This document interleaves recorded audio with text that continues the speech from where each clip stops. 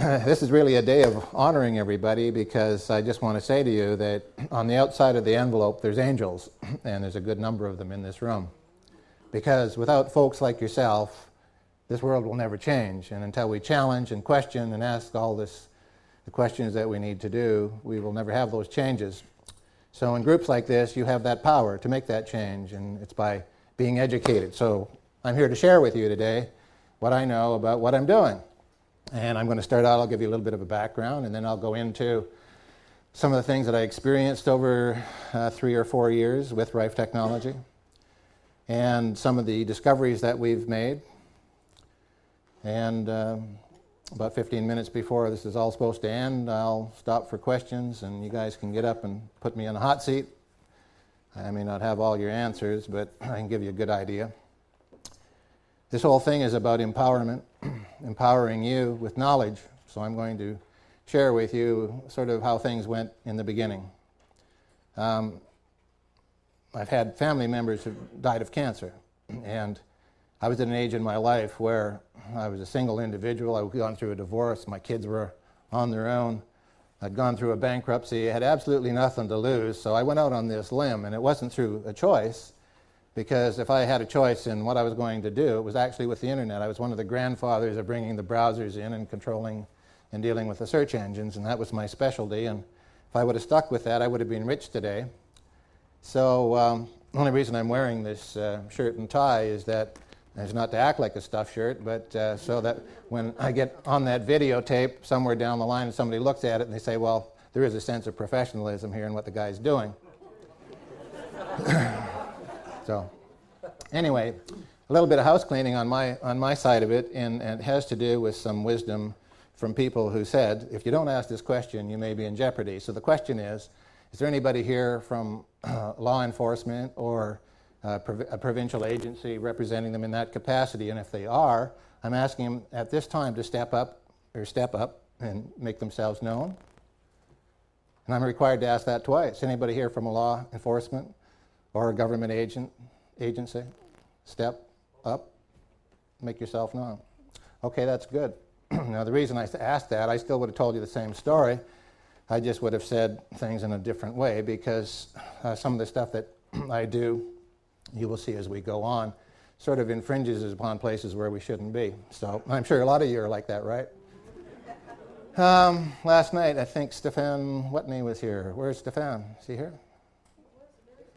Anyway, Stefan, I met 3 years ago with his father, Winston, and had come to see me in Courtenay. And so I just wanted to recognize that. There's a lot of Rifers here, by the way, and put up your hands. Have machines, knows a little bit about it. This is the way the world's going to go, folks. So here's my story. I'd gone through this period in my life, from the divorce and the bankruptcy, where we all have to take a look and see what changes we want to make. And I'd gone through 5 years of that. It had nothing to do with religion, but it's called the spiritual walk, or the workshops that you've got to do. And through that time period, I had met this Jewish lady who asked me to actually find out more about Rife Technology, because she was in a very bad state of health. And it turned out that it was terminal cancer. She had cancer 6 places in her body, and she asked me to build one of these devices or find one. So I went onto the internet because I had the skills for looking, and we found out that this technology that was around in the 1930s had suddenly disappeared. And what Rife Technology was about was the use of radio frequencies and light waves for controlling viruses, bacteria, fungi, and yeasts and so forth. And it sort of made sense to me, because we knew that Ella Fitzgerald could use her voice to break a water glass at a certain pitch. So in the microscopic world, everything is really a lot tinier than that water glass. Really, in theory, it should have been possible. So I said to Batya, who at this point, by the way, did not have a formal diagnosis. You have to understand that her whole family were medical people, medical doctors and oncologists, and she didn't want to go the traditional method. And she asked me to, build this first device for her, which I did. And she did get diagnosed with cancer formally that was one of the requests that I had. And the other request I had for her was to make her story public by putting it on the internet, because if this device helped her, it would be something really short of a miracle. And secondly, if it was a hoax, that we would, make it known so people didn't have to waste their time on such flippant things. So there's a God up there, and where the God came in is the fact I was the worst electronics person in the world. So when I got the directions to build this first device for Baccia, I actually followed it, to the letter, because if I didn't, everything would have gone up in sparks. And lo and behold, it started to work for her, because this was the gal who, when we brought into the room the first day, and I was really wondering at this point in time why I'd really put my big mouth in it, like my foot was stuck right out through my ears, because this is a gal we knew was going to die. Her father said to me that he didn't think she'd live much more than maybe 5 or 6 weeks. So Baccia started on this device, and we were running frequencies that were given to me by a fellow by the name of Jim Bear, who was the inventor of this machine that I had built. And it was really a pretty primitive unit compared to what we have today, but nevertheless, first day we ran her, second day she was even sicker, and I'm going, oh God, she'll be dead by tomorrow at the rate we're going.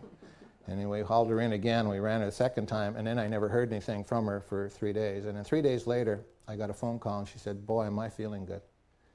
And that was the beginning of a whole new journey, because Baccia's circle had a lot of wonderful people around it, and they were also there attending while this device was running. And they were reporting to me that things like herpes, fibromyalgia, chronic fatigue were starting to clear up. So I started to post this onto the internet, and because I had such a manipulation of the internet and search engines, I told you that was my specialty. So I would put in there something like, this is not a cancer cure. So when somebody went on the internet looking for a cancer cure, they'd come to my not part, you see, and it would bring them to the attention of what we were doing. And it created quite a following, because around the world right now there's probably in excess of 10,000 of these machines, and they're not approved. They're a device which is classified as a medical device within Health Canada, and we're dealing with that right now. We can't sell into Canada any longer, and we are going through the process of applying for approvals. Anyway, we went through a time period where Baccia used this device faithfully 3 times a week. And within 6 weeks, she basically had her life back. And just on a need-to-know basis, I had asked Baccia if she would show me some of the places where she had her cancer, and she had it in her right breast. But under her armpit were these massive big golf balls sticking out that were black, blue, yellow, and purple. And within 6 weeks, they'd all disappeared. You could just detect one of them. She went to work, back to work, not on a full-time basis, but on a part-time basis. And a weird thing happened. The weird thing was that she quit using the device. And I asked her, why are you not using the device? And she said, well, if I use it, it tells my subconscious that I still have cancer. So I'm going to say I don't have cancer, and I'm going to will it that I'll be okay. And at my encouragement and that of Dr. Bear, who were in contact with her, because this was the person that we were working with. This was our internet showpiece sort of thing. She wouldn't change her mind. So we had to honor and respect that. But 3 or 4 months later, she phones me up, and her cancer had come back with a vengeance. She was now down to 70 pounds. She had a tumor behind one of her eyes. She had distorted vision. She asked me to come down, set the machine up for her again, and with 2 weeks, she had her vision back. The sad part of the story is Baccia did not live. She lived until August of that year, so she actually went on about 17 months longer than what her family at least had given her to live. And it may have not have had anything to do with the machine. You never know. But this is what we found out later, that maybe it did. But where am I going with Baccia? Yeah, Baccia died in August of 1997. And what was interesting about it, this is a very powerful woman, by the way. She's only 70 pounds, but it's like a nuclear reaction sitting here, because she's that kind of a personality. She died the same day that Princess Diana and Mother Teresa went. So you talk about great spirits leaving. And what happened by this whole process, if it wasn't for Baccia, I wouldn't be telling you this story today, because this had to start somewhere, So for the next 2 years, I started to build these devices free for people. They'd buy all the parts for them, and I'd put them together. And I was running a volunteer thing. People were coming in from all around the world. I had them in from the Philippines. I had them in from Australia. And these were people with advanced stages of cancer. And we'd be sitting them in a room with 40, 50 people. We'd be running the device. I'd be doing this sort of stuff. And I did that for about a year, and pretty soon I got them to start taking notes and all this sort of stuff, so we had something that was a little bit more scientific. And lo and behold, everybody there who was pretty well using it was getting benefits from it. There was a few who didn't. And what it's turned out is that roughly 7 out of 10 people benefit from the technology, and there's 3 who don't. But we do believe there's a reason for that, and it has to do with the polarity of the body and the signal that the device is coming. This is where this machine is going to go. I predict that in 10 years or so, this will be the #1 modality in the world, because the nice thing about it, there's no negative side effects other than going through a detoxification process, and that's why Boccia was sicker the second day than it was the first day. And in those days, see, I didn't know anything about electronics, but I didn't know anything about health either. You went down, you ate hamburgers, and drank milkshakes. That was it. So time has passed, and I work now with in excess of 1,000 different individuals. I'm going on my 6th year. And we're still working in that ratio. 7 out of 10 do better. We've had people, and you have to understand something here. I work with stage 4 people. I've had 1 stage 3. I'm working with people who had absolutely no hope, sent to them by, believe it or not, a lot of their medical doctors, heard by friends, came through the internet, that sort of stuff. And a lot of those people are still alive today. But we have never said cure cancer, and I'll get into that a little bit later as to why I say that. Anyway, out of the 1,000 people, we've had reports of simple things like arthritis, pain control, starting to disappear. The problems caused by that. And can't really put a finger on exactly what's happening with the device, because there's more than a thing going on with just being specific on the frequencies. The frequencies are really nice, because if we're targeting, for example, the herpes virus, we can hit just it. We don't hit anything else, which is really nice. This thing is really surgical, and this is why it's so safe. If we're targeting cancer, that's all you're going to hit. If you're targeting Lyme, for example, the spirochete bacterium, that's all you're going to hit. You don't hit anything else. So it's got a safety to it that doesn't exist in allopathic medicine today. So what we were finding is things like herpes, Lyme, chronic fatigue, HIV, hepatitis C, applied properly with this device, you could actually help the health of the individual. It would knock their viral loads. We've had people with hep C and HIV, where they do the viral load count, go from right up here right down into the realms of better than healthy.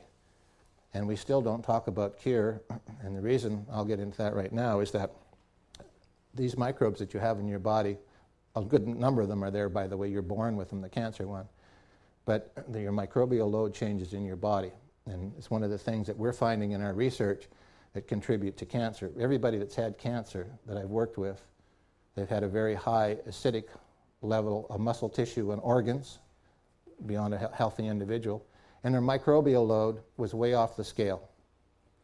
And we can match up frequencies with those microbes and knock them down, and as soon as you quit using the device again, the microbial load goes back up. So then we realized that you had to have other changes, which included diet and lifestyle and so forth, in order to bring the whole thing in balance.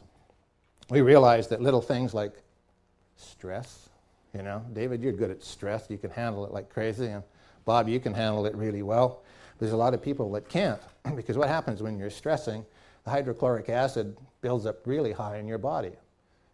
Your body doesn't know how to process it. Nobody's drinking enough water to flush it out, so it goes into your muscle tissue and it goes into your organs, and it creates the environment permitting the microbial load, the BX and the BY virus, which is involved with cancer, to take off. It's like being on the prairies and getting rid of all the coyotes, and pretty soon the rabbits, in a couple of years, are so dominant on the prairies, they eat everything in sight and they start diseasing themselves off. Well, in this case, it's a little different in the body, but nevertheless, you have too many rabbits in your body and not enough coyotes. Something has gone out of balance. And we find that time after time again, that if we can knock that microbial load down, you can get your cancer back in check. And all the device does is knock that load down. But if you continue to do the things that brought that cancer on in the first place, it'll carry on. This is why chemo and radiation are not always successful. When a person does chemo, for example, it will kill virtually everything in the body, the good and the bad. And eventually your body starts to recover. But if you go back to your old ways, the cancer will come back. That's why they'll say somebody's cancer was in remission and, oh, it's back out. She's got it here and it's gone there. So we find that if you don't do these other things, you're going to be dealing with cancer for a long time, and this device will only be a temporary measure, as chemo and radiation has. Difference between chemo and radiation and the technology that I'm talking about here is phenomenal, because in this side of it you have all this very hard recovery and all the pain you go through. Here it's just like leading a normal life, except you've got to do a dietary change and so forth. So that's a little bit in terms of the summary of some of the things that we're finding. And we've taken a piece of equipment.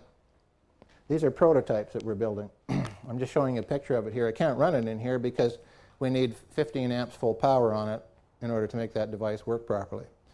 But if it was running right now, the only frequencies that I'd be putting out that would give you a reaction are the ones that your body needs. And going back over Rife's historical records, Dr. Rife, by the way, was the guy in the 1930s that had invented this and had done all the studies involved with the American Medical Association, the California Cancer Association, and for 4 years there was a study with 10 or 15 doctors on staff monitoring all this. And all the technology disappears only because of one individual got greedy and wanted the rights to it and started to burn all the records from Rife that he had accumulated. His lab was burnt down, and the lab that was validating the information he did was burnt down. All the records disappeared. So around the world I'm in touch with a whole bunch of other researchers that are involved, and we're finding letters from Rife showing up in England and so forth. And we know that Rife was on the right track. Rife was so far ahead of where we are today in allopathic medicine that it was actually a crime that this had taken place, that we had lost this technology. So what I'm trying to do, my job, or whatever it is to present to the world a new way of dealing with things, because when you see people go through the final stages of their cancer, it's not a very nice thing. There's a lot of discomfort. And the worst this device has done is increase or improve the quality of life for a dying person. Relieves them of pain, gives them a better appetite, their memory's better, their humor is better, they sleep better. Just a whole bunch of good things happen with it. And we know that if Rife Technology was here today, we wouldn't be out of budget on our health care. We wouldn't have these problems with the nurses, because this is the kind of thing that can actually be used as preventative as well as curative. And I don't think we really practice a whole lot of cure or preventative, as far as allopathic medicine goes. But I mean, we end up in a situation where it's a little bit different. They make money on our illnesses, not on our health, right? Mm-hmm. So anyway, this equipment that we're building today was reinvented by another doctor, Dr. James Bear from Albuquerque, New Mexico. And what he wanted to do was replicate what Rife had done from the 1930s and bring it into more modern equipment. So when I said these are prototypes, that's exactly what they are, because these are different components that are put together and assembled in a fashion and tuned in a fashion that will create this whole effect. And we've come far enough ahead now in our development of this that we can take it and simplify it a long way from there. But we still build it because at this point it's the least expensive way of getting the technology out there. If you go onto the internet and you do a search for Dr. James Bear, you'll come to his website and you'll find for $25 US and $20 US, you can get not only his manual how to build this device, but a videotape showing you how to put it together. Now, it's not anywhere near as sophisticated as what we have or as efficient, but it'll work for you. And you can spend as little as $800 or as high as $2,300 on just the parts for it, but you can build it yourself if you follow his directions. And that's where I was saying I'm a lousy electronics guy, so I had to follow his directions, because if I was a good electronics guy, I would have built it my way and it wouldn't have worked. So, there's a reason for God putting people in certain tasks. The principles of this thing, as I was saying, we're really not too sure exactly what's happening. Everything is frequency dependent, but there's another thing that seems to happen from the device, the energy coming off of it. I know that when I'm running it, whether I'm running it on frequency or just a carrier, that if I'm in this room with it a bit and I walked up to a touch-tone lamp, before I get to it, I can light the lamp, and the reason for it is my body is a capacitor, so it's carrying that electricity. And I think what's happening because of this capacitance of the human body is that it's actually giving us a charge, because if you go right into our cellular structure, right from our brain, everything is powered on electricity.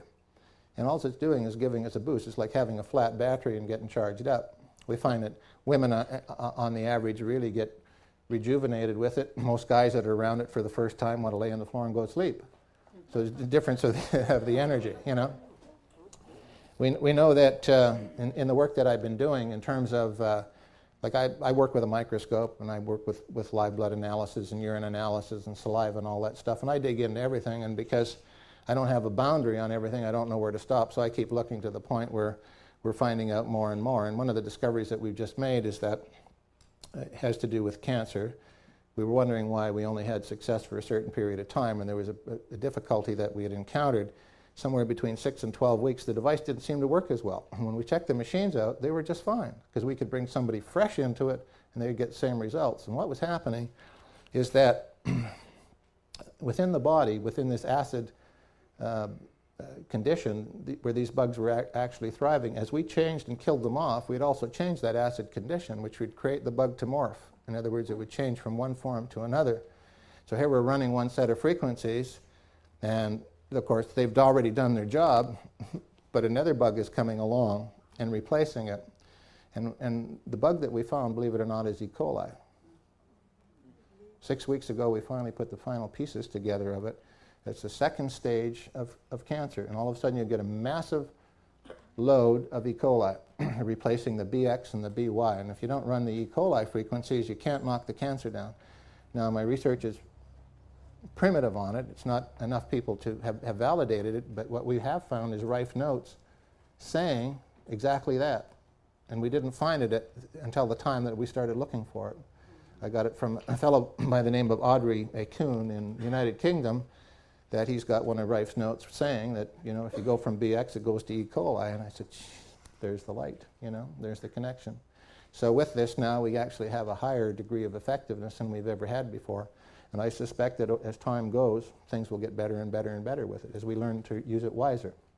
It's like giving somebody an excavator and a manual and having them going out and building a mountain road. Well, you know, the longer they're working on the equipment, the better the road gets and the faster they can do it, you know. So everything is familiarity.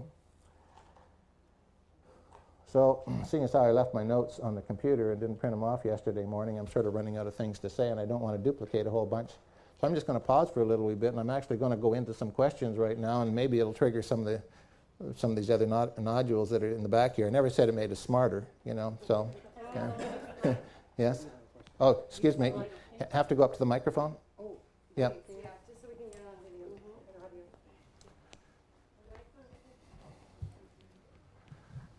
and audio. Is it on? Is it on? Yeah? I have a question regards to bioresonance therapy. You heard about that? Yes, we work with bioresonance therapy as well, yes. Yes, I'm actually in treatment by someone in Kelowna who does it. And I'm just wondering if that is a similar technology to what you're talking about. Yes, it's frequency technology, and we also work with bioresonance.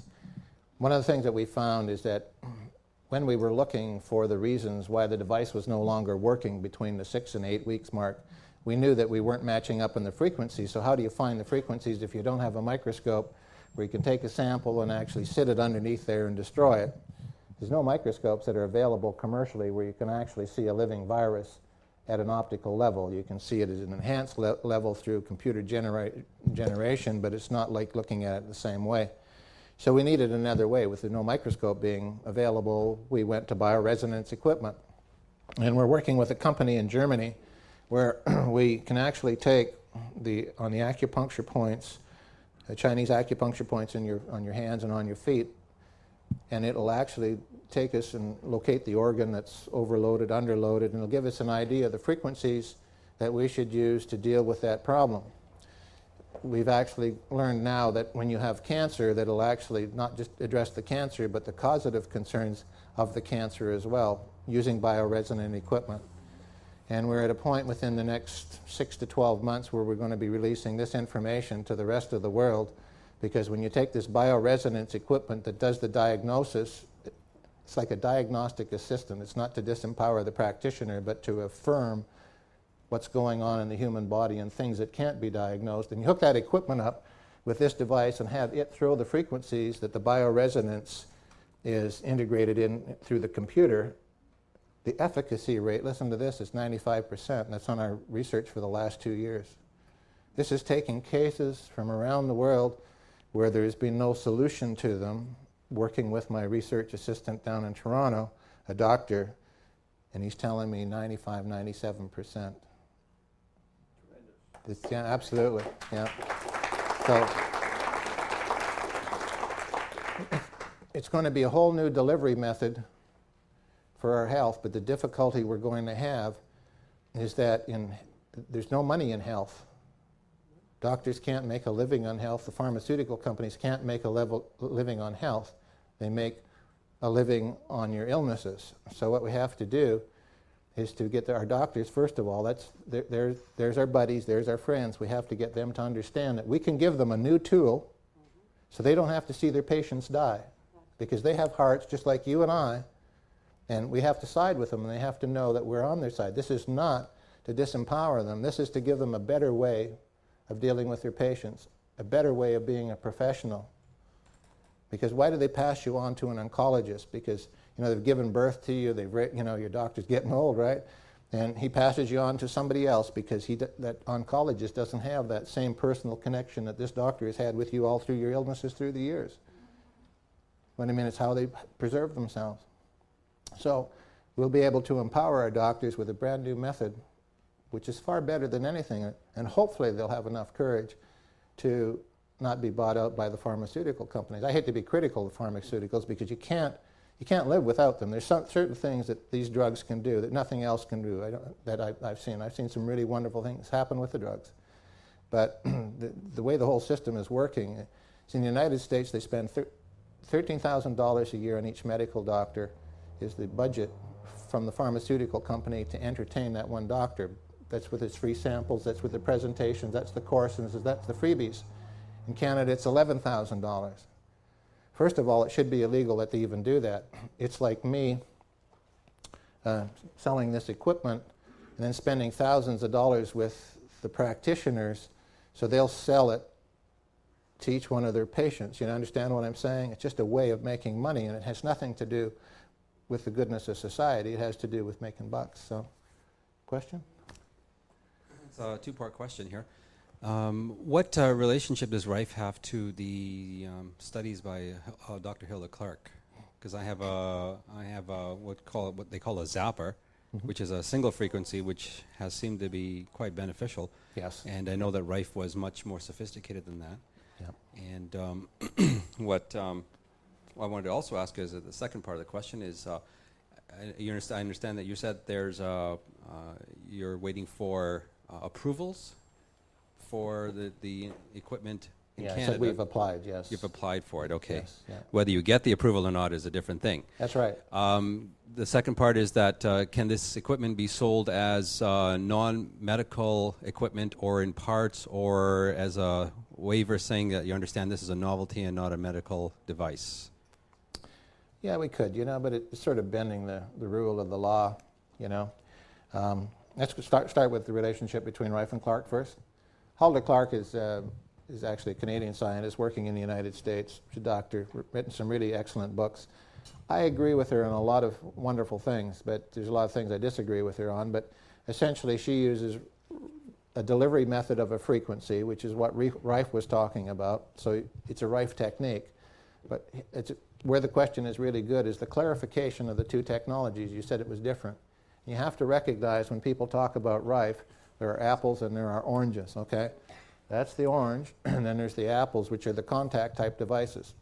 This device does not contact your body. You stay at least 6 feet away from it, and if I ran it here today, it would do every one of you simultaneously. And the only ones that will be affected by it are the ones that need it. We've validated that. Nothing happens to you if there's nothing wrong, and we have to drive that thing like a car responsibly.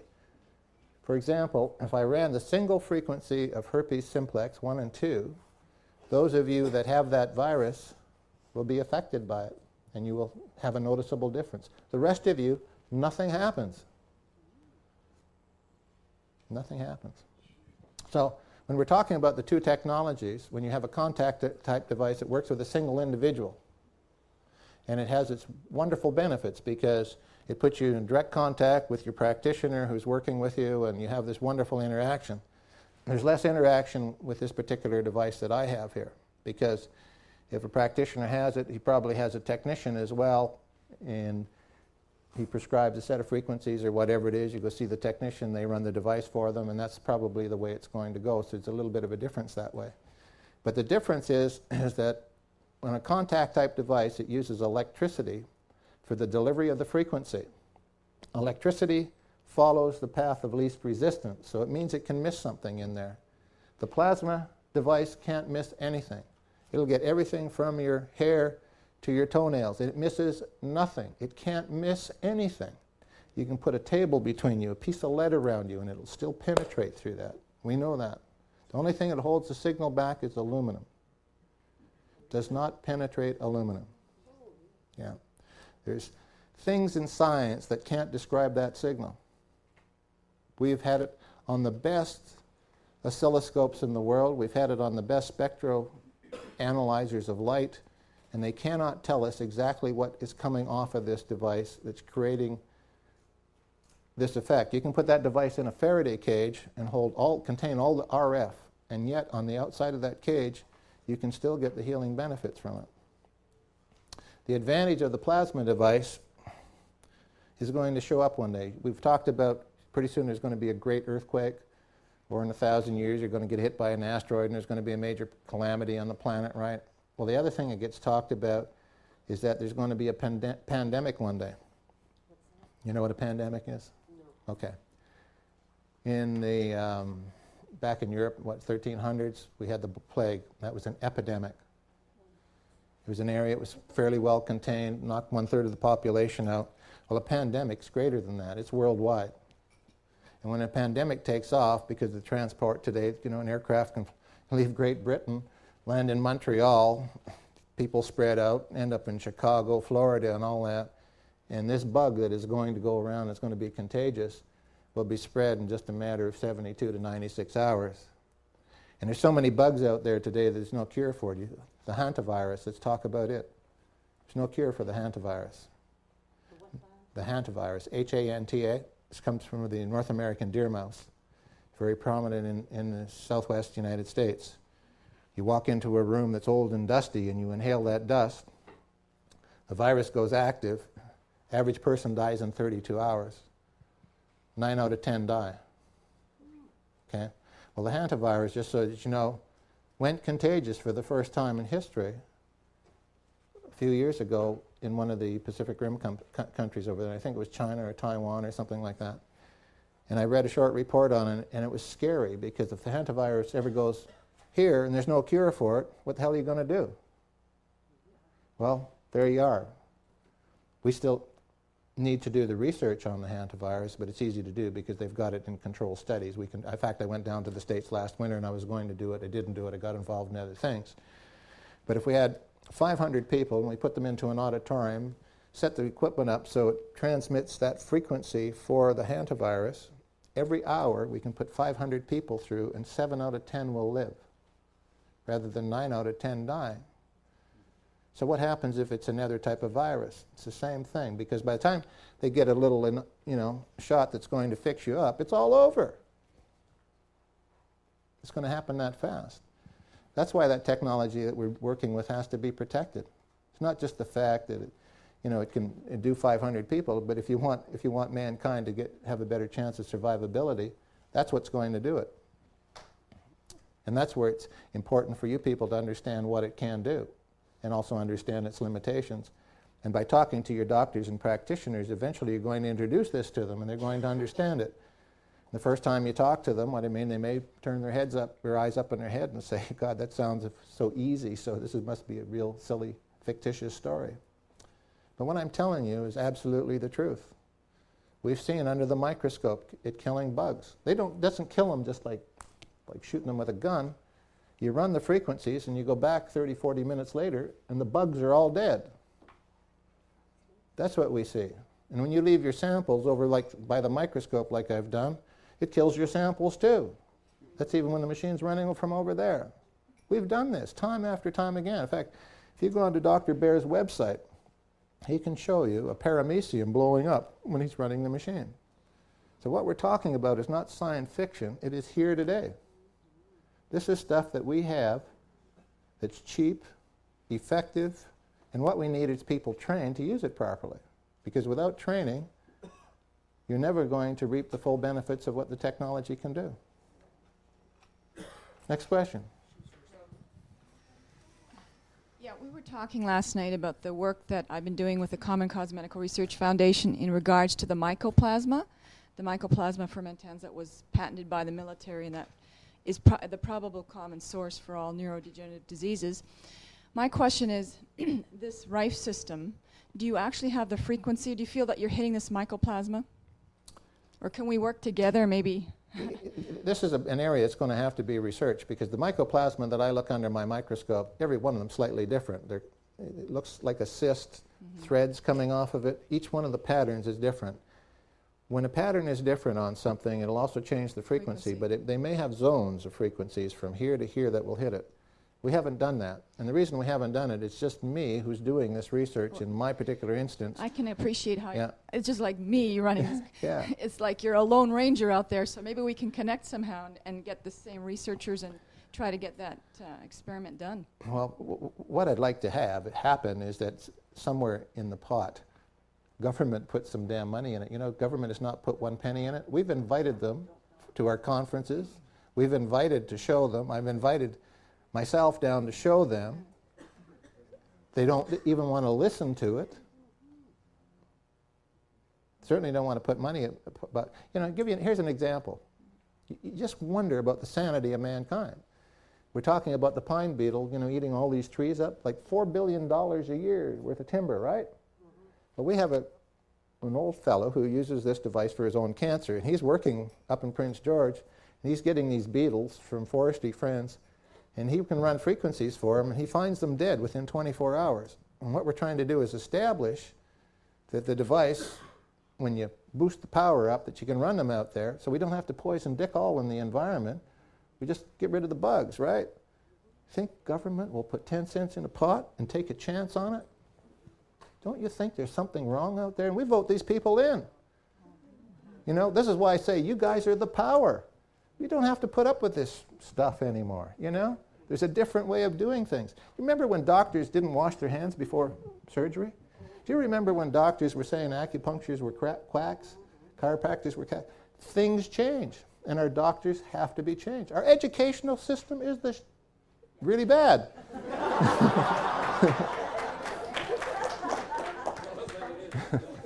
Go ahead, Rose. Another question. I was introduced to the Beck protocol, and we talked about that last night. And in order so that I can get some funding to continue our work, they've allowed the Eagle Foundation to become a distributor so that we can help several people to overcome these. It hits a lot of these diseases and helps people. But it's amazing that Soda Instruments got this passed by Health Canada. Why can't the Rife? Why is it that you can't get? Uh-oh, heads down. Come to bomb us.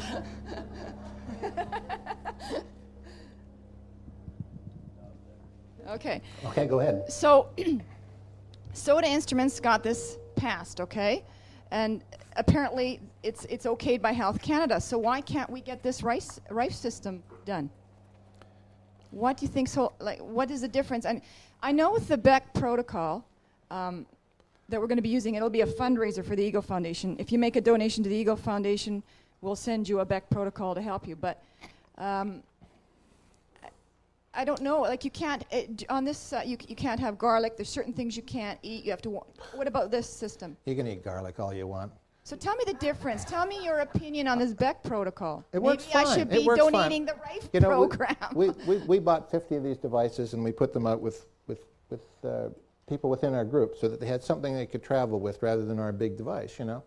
And they put this thing on their wrist, you know, and I've had people go out and drink alcohol and eat all kinds of garlic, and we have never had a problem. So Not why did they one. say that in their protocol? I had one Frenchman, actually, he got so angry at me, "Well, I can't eat my garlic." He said, "You know, you think I'll buy that thing?" Then anyway, he purposely took it, and he ate massive doses of garlic, and he had absolutely no problem. I think the only risk with garlic is that if you take it and you have an open wound and you rub it in and you use the device, I think you're looking for some problems. But I think when you consume it, it's not. So I disagree with Bob Beck, but that device works great. It's the best bang for the dollar today. For $175, person would be silly not to have it. And you know, SODA's got approval on that now. Yeah, so by the way, yeah. why is it that Rife can't? Why can't we get yours approved? Well, when we tried to go for an approval process in the United States, it was $2.2 million. When we looked at it to get it done in Canada, they don't have a classification for it. So they're telling us that I can't sell it, but they don't have a class. Yet they say it is a medical device, but they no class for it. You know what I mean? It's sort of like a catch thing. So I'm hoping that Health Canada will make a classification by using us as a source for setting the standard for the new Class 5 that has to come in. They'd be silly if they didn't use it, because you know what's going to happen? Some country, Taiwan or a little place, colony like Singapore, are going to come out, and with the internet, everybody's going to go down en masse for cures, or over to Mexico where they're going to be using this damn stuff, and Canada's going to look foolish, and the United States going to. Have you told that to our government? Well, I think government will approve this. Yeah. Yeah. Well, that's I'm an great. optimist. Sure.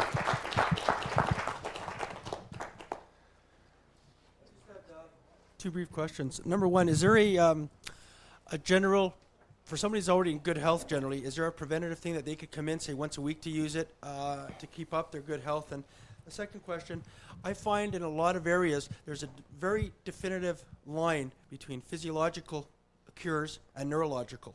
And I happen to have, due to an accident 8 years ago, I happen to have grand mal. And is there a benefit that people with neurological disease, diseases such as that, or any neurological disease, can benefit from that technology as compared to somebody that has physiological problems, where that seems to be the area that most cures seem to be coming out from? Okay. Some pretty good questions there. We're talking about an area, number one, I haven't done any research, but I'm in contact with researchers, for example, that are working on those levels. Medical, no, let's see, not a medical doctor, and Julian Metter, I can't remember what he is, in the United States anyways, he's a psychologist. And he works with all kinds of different situations using the device, and he finds that people who have, for example, a lot of emotional problems settle down. We know that people with addictions settle down when they're around it. We know that hyperactive children settle down. ADD seems to be less, but nothing conclusive on it because nobody's really done the studies. But it's suggestive that there's a massive big improvement happening.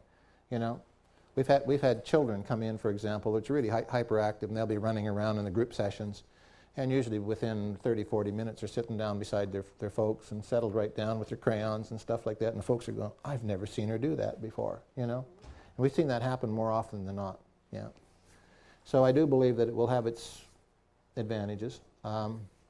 We've had an older lady in her 70s who really couldn't remember her name. She'd be out in the garden looking down, wondering why she's got the shovel in her hands. And after 90 days, just sitting at the general group sessions, she got her driver's license again and was driving. Yeah. So there's something happening, there's no doubt about it. Yeah.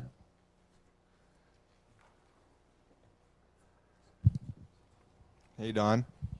Good Is this morning. working? Morning. I want to say what you're doing is excellent. Hey? We give him a hand. Thank you. We need more people with courage.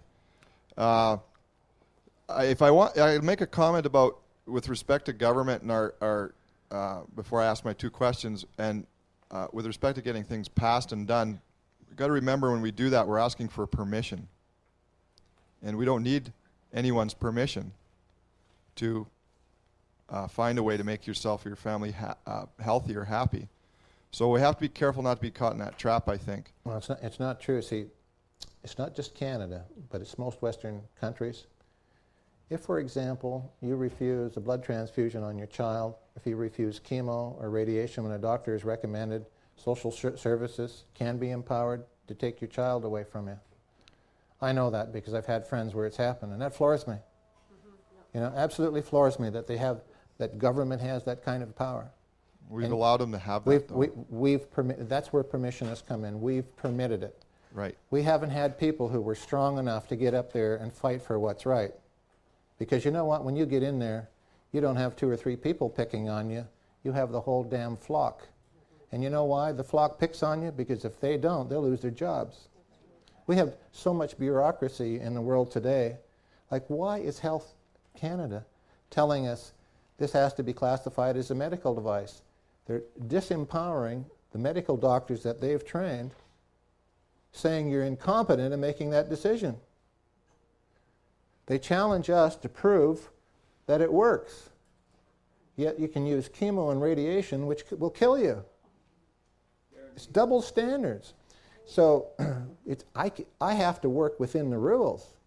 I didn't set it, but the machine is so big, if every one of us tried to stop it right now, we would not stop it. Maybe by the time we're dead, it would happen. So what we have to do is work within the system. We have to think differently.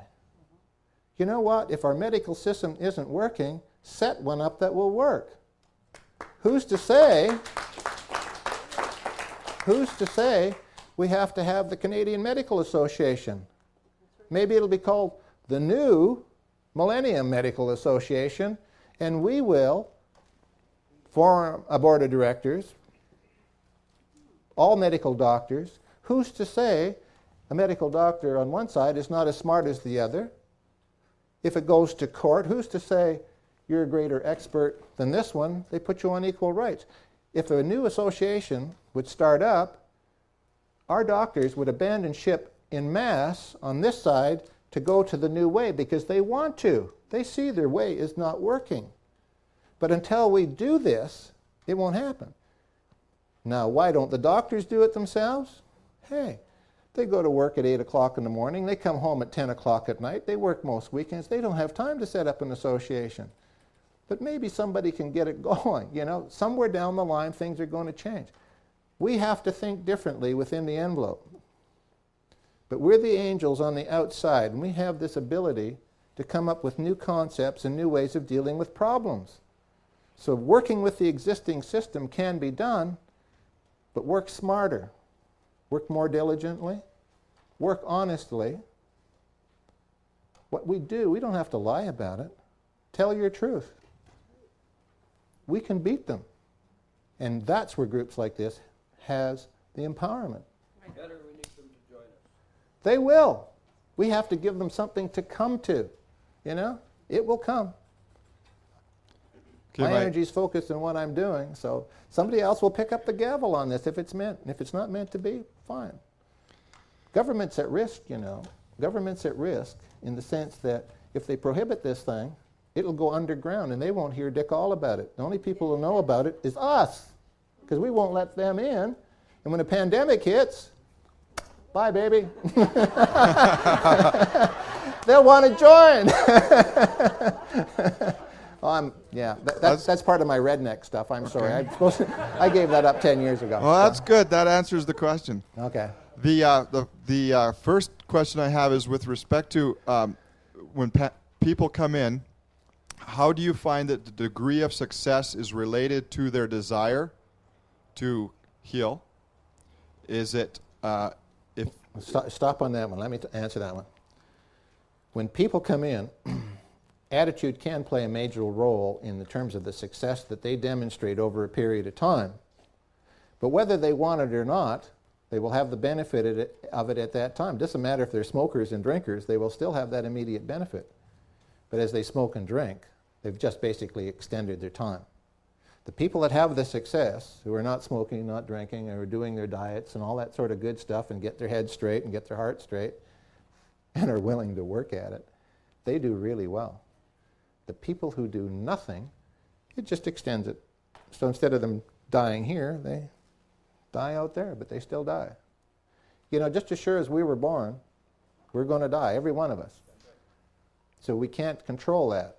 But there's a thing that happens with cancer after it beats you up for a while that affects the psyche in the back. This is my observations. You know, this is the advantage of knowing nothing and just being able to watch what rabbits do, right? Well, rabbits decide they want to die.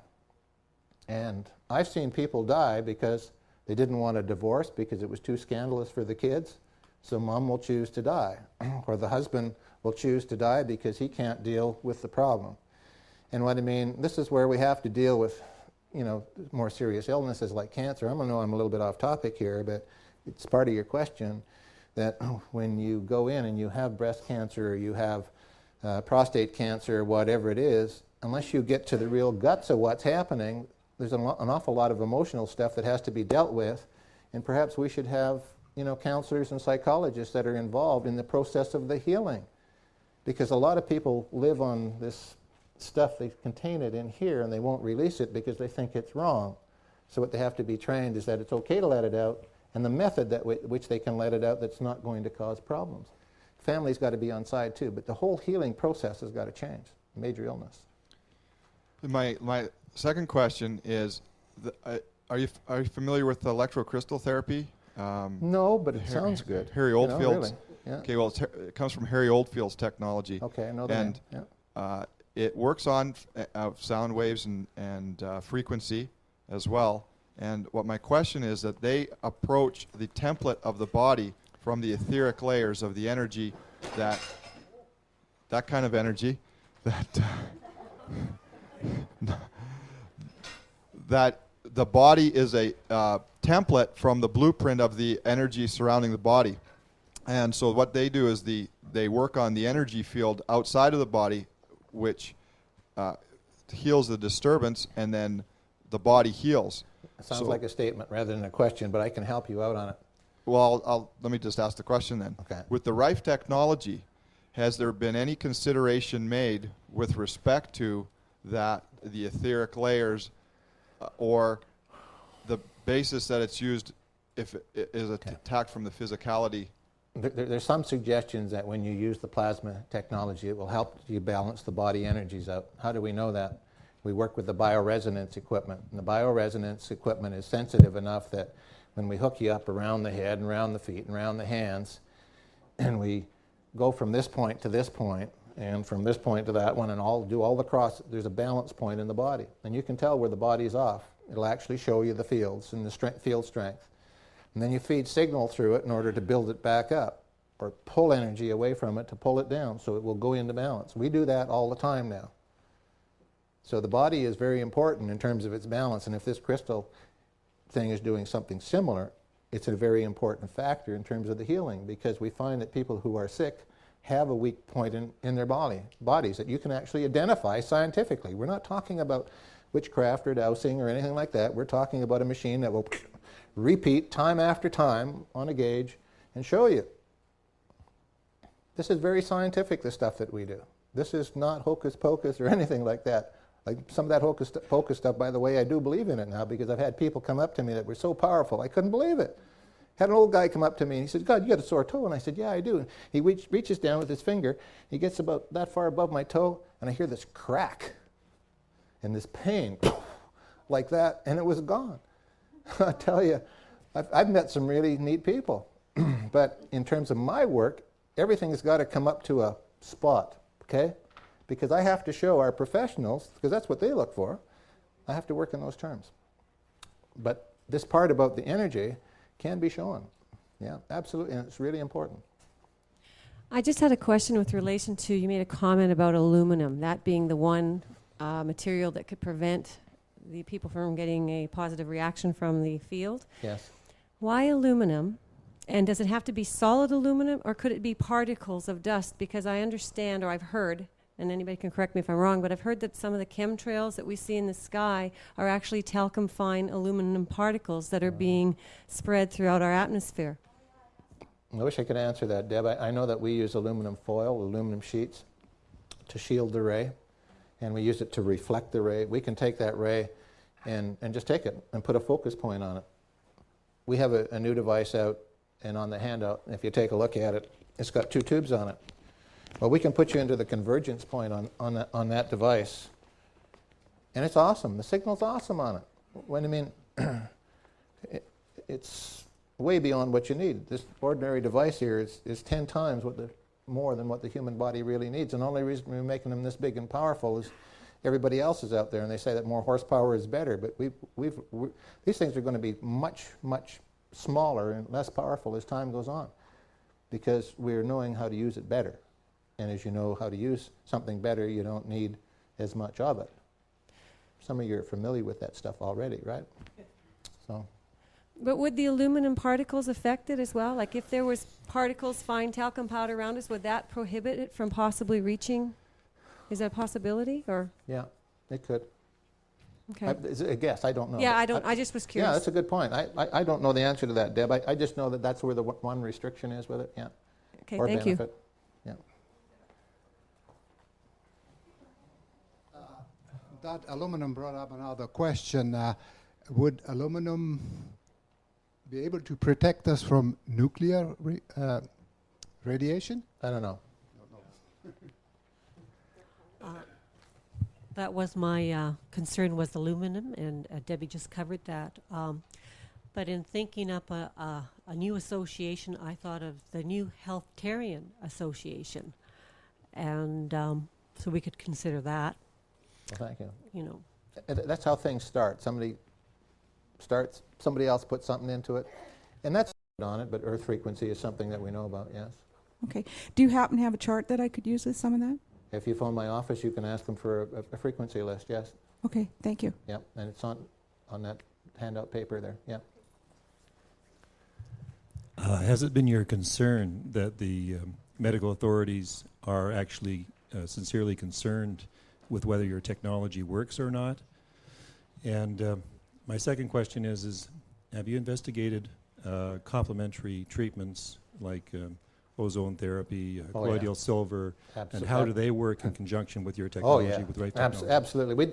I could talk about this all day, but when you take these adjuncts and stuff like that, what we're doing with Rife, it's just one of the things. And when you're sick, you don't just use one thing and think it's going to do it all for you. Sometimes the right combination of 2 or 3 things can work very well. And we find that things like ozone, oxygen, and all that sort of stuff in terms of cancer work very well with the device. That was the first part of that question. So you guys' memory's no better than mine. You know?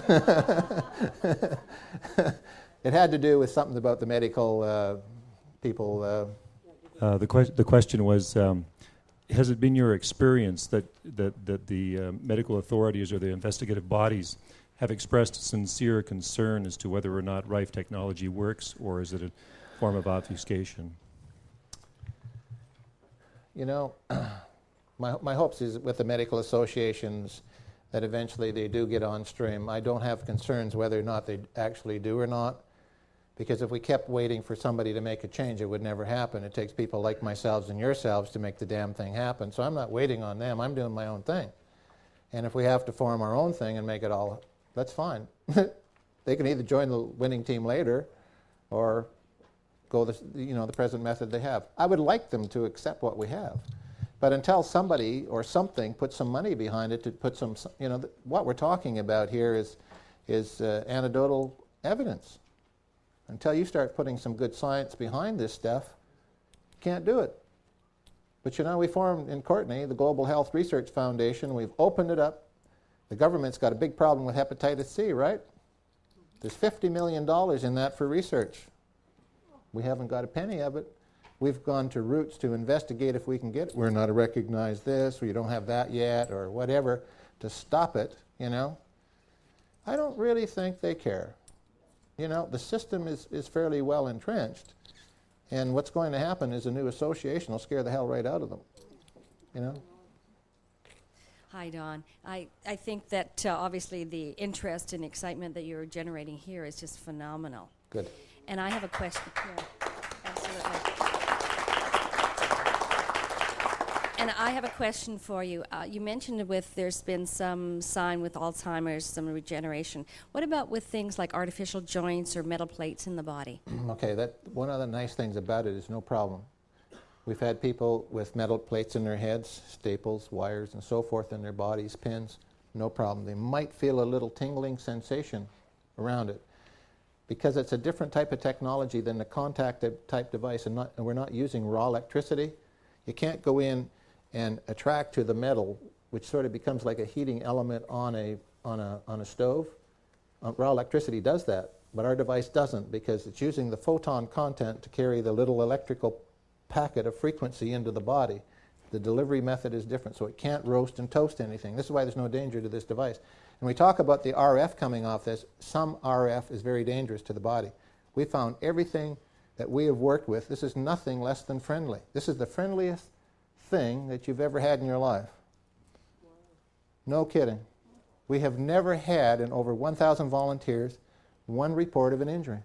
Totally non-invasive. Totally non-invasive. And it is so simple. One day it'll make it. Another question I have with the pervasiveness of the use of Ritalin on kids with ADHD and ADDH and all that kind of stuff. Has there been any groups that have come to you to look at using that in school situations or anything like that? No. You're talking in relation to using a particular drug and our device complementary? Or in place of. I wouldn't even anticipate that it would be complementary. If they're using Ritalin, that's a drug thing, and I wouldn't want to see it that way, but has there been any groups? We haven't had that kind of a relationship, but I have worked with an 8-year-old child, HIV positive, was supposed to be dead by the time he was 11 or 12. He's 14 now, and there's absolutely no sign of the virus in his system. We're not saying that he's cured. I think that virus is still there. These things have an amazing way of adapting, and it will sit until the opportunistic time comes for it to resurface again. But with the device, it builds the immune system. It encourages the immune system to do its work in the body, and that's one of the nice things with the device. It's not just knocking off something, but it's energizing you to get everything else working. We got scientific evidence of that. Okay, for example, when we run the device, this sounds a little bit dangerous, but it actually knocks off a whole bunch of white cells in the body. But every white cell that you have is not a good working white cell. It'll knock off the negative charge white cells. Now, a negative charge white cell, what I'm finding, is just about a useless white cell in the body, because if it doesn't have a positive, your viruses and most of your bacterium that's negative to the body is a negative charge. So you need an opposite to attract, a positive and a negative. So if you have negative white cells and negative viruses, they can never get together and do the waltz, right? So we find by knocking them off, it forces your body to produce more white cells. Some of them are negative, some are positive, and the positive white cell population slowly builds up, and it just keeps knocking the negative ones down. And pretty soon the immune system is right back up, and boy, it's just like Muhammad Ali. Refreshed. Okay. Yeah. It's refreshed. One last quick question. What about schizophrenia? Well,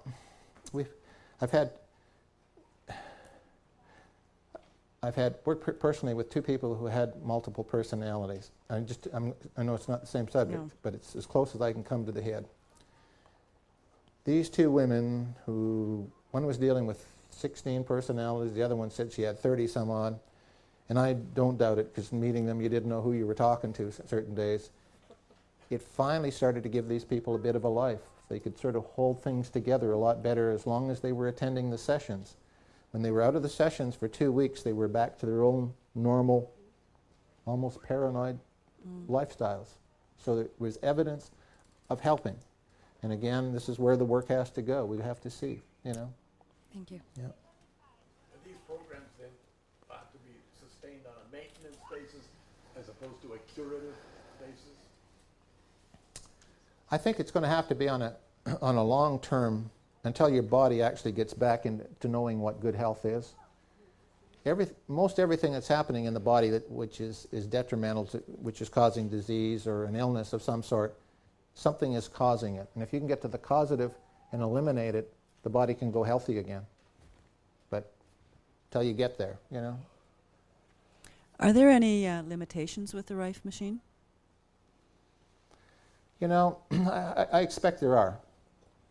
For example, if you have a cold and flu this year and the frequencies work for you and you can run them next year, they're not going to work because you have a new strain, and until they figure out, or one of the other researchers out there figures out what the new strains are running at in terms of frequencies, you're not going to get much out of it. You'll get a little bit, okay, but not as much as you want in terms of putting it right on the numbers, you know. So that's where its limitations are. Well, the other limitation is because it is putting out RF, which is radio frequency. It can affect CB radios, television sets that are on rabbit ears within a local vicinity. But it's a small price to pay for what we're gaining from it, you know? Yeah. I just have one more quick question. I use homeopathy, and that's that affects it's a frequency kind of medicine. Is that going to interfere with the Rife system? No, I know it does with a Beck. Rife will interfere with it. So if you want all your homeopathy products to run herpes, for example, run the herpes frequencies, and they'll feed in. Now, where's Paul? Paul's been doing a lot of scientific work on that. Paul will probably be able to answer that better, but Paul's found a different method of inducing signal into product rather than Rife. But I do know that Rife will affect whatever you have sitting on the shelf. So you want to put your stuff in either metal cabinets with aluminum shielding around it if you're going to be anywhere in the same room. Yeah. So you're saying while you're on the Rife system, don't bother using your homeopathics, really? Oh, I didn't say that. I just said if you had it sitting on the shelf, the frequencies that you run out of the machine are going to influence what you got in the bottle. So to me, I would think that I wouldn't take homeopathy while I'm doing that. Yeah. It would just negate it, I would think. It might. Yeah. It might. Yeah.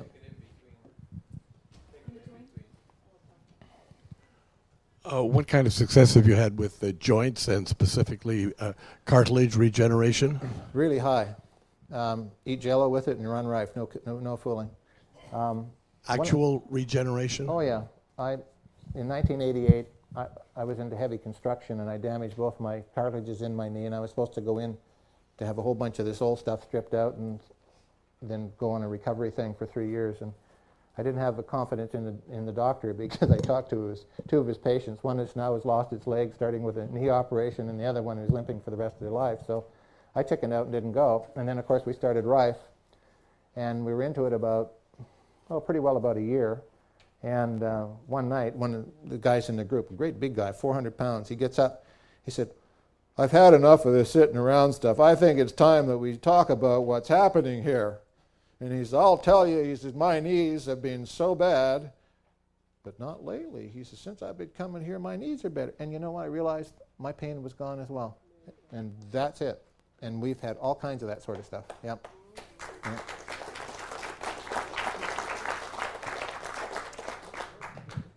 Dave. Don, I would like to take the opportunity to mention that at the last Rife convention in Edmonton, I was one of the security officers and looking after the situation, and one of the gentlemen who had a Rife machine set up at the north end of the room that was for the displays, I don't know his name. I never went back to check. It was the last day, and there wasn't very many people there. It was quiet, and I was just kind of wandering around, making sure that everything was going well. And he invited me to lay down on his couch. I laid down and was looking up at the ceiling, and he turned the machine on. I was there for probably 2 to 3 minutes. I have a floater in my right eye that's been there for many years. My left eye has been destroyed, so I don't see out of that one. But the floater in my right eye, as I was watching this, looking up at the ceiling, the little strings and fingers that come off it were slowly receding. And I ended up with a very small spot after about 3 minutes. I didn't say anything to the gentleman that was running the booth. I don't even know his name. I figured at the next convention, which I understand is scheduled for Las Vegas next year, I believe it's March. Can't confirm that at the moment. But I do want to find that gentleman who had that booth, who had that machine. I want to find out if he knows that that will actually eliminate a floater in the eye. That's all I have to say. Thanks. Okay. Thanks, David.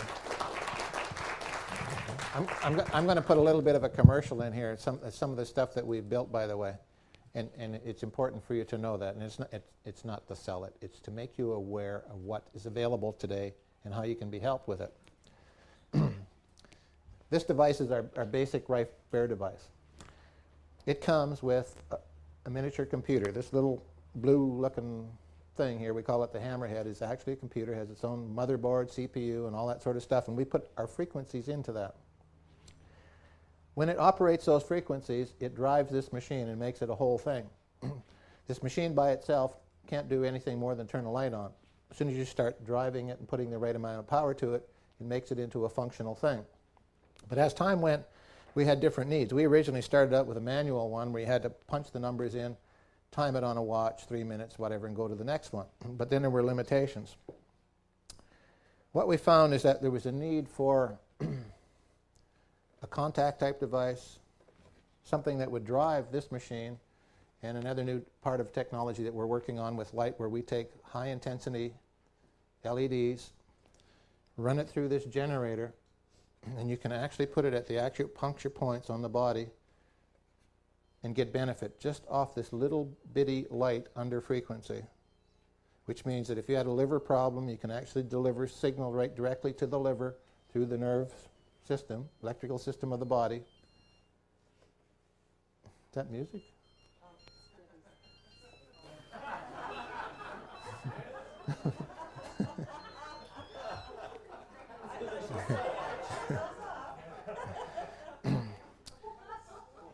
This is a whole new way of dealing with minor problems in health. Now, I've tried it out, and I know it works. I went out to see my daughter, and I ended up coming down with hay fever as I went through the Fraser Valley. By the time I got to Edmonton, my eyes were so puffy and so forth. And from rubbing them, when I came back on the trip, I got infection. I ended up with strep. Anyway, I took one of the LEDs, and I put it up against this big pustule I had on the inside of my eye. And just in a matter of about 4 hours, it was down. And I ran the Rife for the rest, and it cleared the rest of my eyes up. But I wanted to try it. And I tried these little LEDs in a number of different ways. And it's a unique way of dealing with light and frequency in medicine today. The other thing that this will do, you can adjust the voltage so that it become a contact type device, much like a Hulda-Clark device, but many more times sophisticated, because it's got a variation of almost 1,000,000 hertz on it. You can just about do any harmonic, set any kind of a program with you. So what it will mean is, like, normally when you buy these things as a contact type device through other companies, you'll pay $2,000 to $3,000 American for them. So now, for just $200 or $300 more, you can have the best of two systems. So if you're practitioners out there, in the next year or so, you're going to see more and more of this sort of thing coming online. And it's built out of demand. We're users of this stuff all the time. I work with people pretty well full time, and we find out what the limitations are on the equipment that is out there. So that's our stuff that we're doing. So that's my commercial. And I'd just like to thank everybody for actually sitting there and listening. And remember, this is your empowerment. I'm going to be around till Monday morning. If anybody needs to talk to me about whatever about this stuff, happy to do so. And I want to thank everybody for, again, being here. So my applause to you.